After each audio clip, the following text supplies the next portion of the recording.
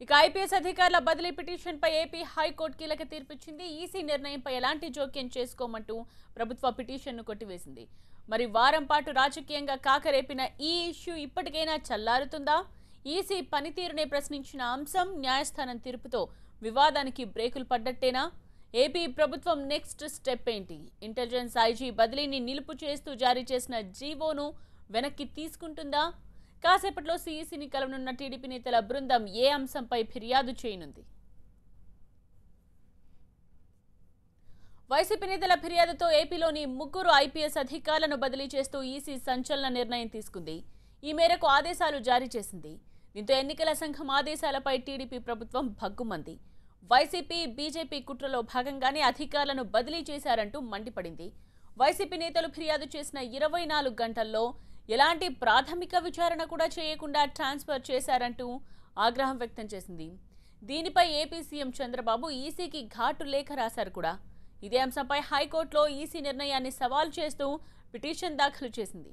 నేతల బృందం ఇచ్చిన ఫిర్యాదు మేరకు AP intelligence IG Venkateswararao, Kadapa SP Rahul Dev Sharma, Srikakulam జిల్లా ఎస్పీ వెంకటరత్నంలను బదిలీ చేస్తూ ఈసీ ఆదేశాలిచ్చింది.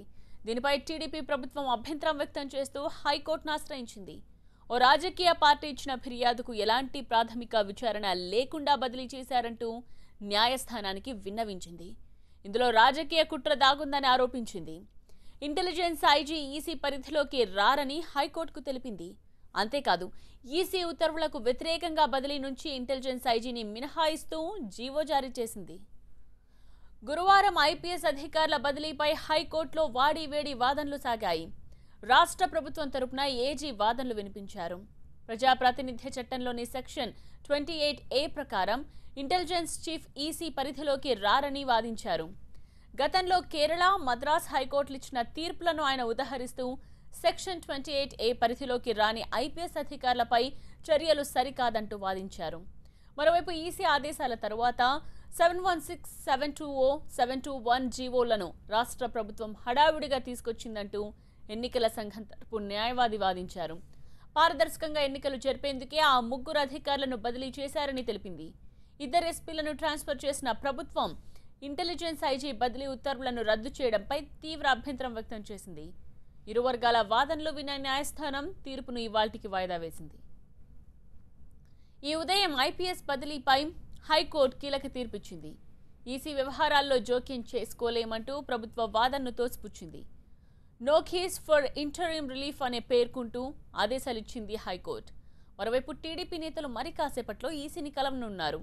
అధికారుల బదిలీపైన వైసీపీ నేతలు అసత్య ఆరోపణలతో ఈసీని తప్పుదోవ పట్టిస్తున్నారంటూ ఫిర్యాదు చేయనుంది.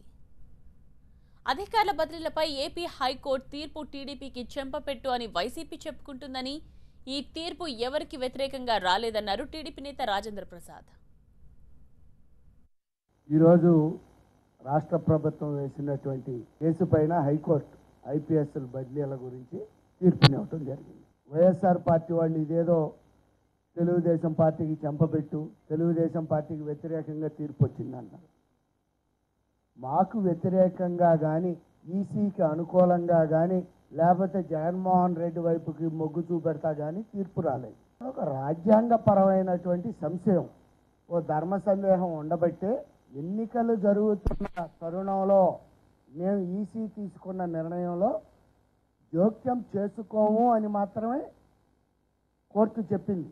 అంతేగాని ఈసీ ఐపీఎస్లను బదిలీ చేస్తూ ఇచ్చినటువంటి ఉత్తర్వులు ఖచ్చితమే, అది సమంజసమే, అది రైటే అని హైకోర్టు ఎక్కడా చెప్పాల. రాష్ట్ర ప్రభుత్వం వేసినటువంటి కేసులో సమంజసత్వం లేదు, మీరు అడిగే తప్పు అని రాష్ట్ర ప్రభుత్వాన్ని కూడా ఎక్కడ కోర్టు చెప్పలేదు.